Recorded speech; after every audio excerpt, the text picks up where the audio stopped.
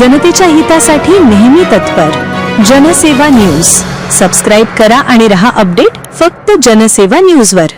मच्छीमारीसाठी गेलेल्या आसोला मेंढा युवकाचा गुरुवार रोजी तळ्यात बुडून मृत्यू। सचिन रमेश गेडाम 32 आसोला मेंढा येथील युवक गुरुवार रोजी दुपारच्या सुमारास मच्छीमारीसाठी जाळे टाकण्याकरिता गेला असता तो घरी परत न आल्याने गावातील नागरिकांनी तळ्यात जाऊन बघितले असता डोंगा पलटी होऊन दिसल्याने जाळे टाकत असताना डोंगा पलटी होऊन तलावात बुडून मृत्यू झाल्याची माहिती पाथरी पोलिसांना कळविण्यात आले।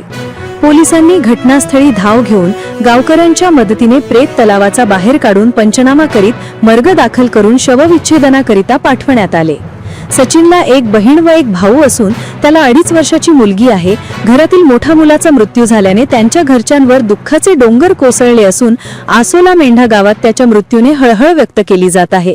या घटनेच्या पुढील तपास ठाणेदार सपोनी नितेश डोरलीकर, सफौ सतीश गुरनुले, पोहवा खेलेश कोरे, पोलीस मेघश्याम गायकवाड, बळीराम बारेकर, प्रवीण कोवे करीत आहे।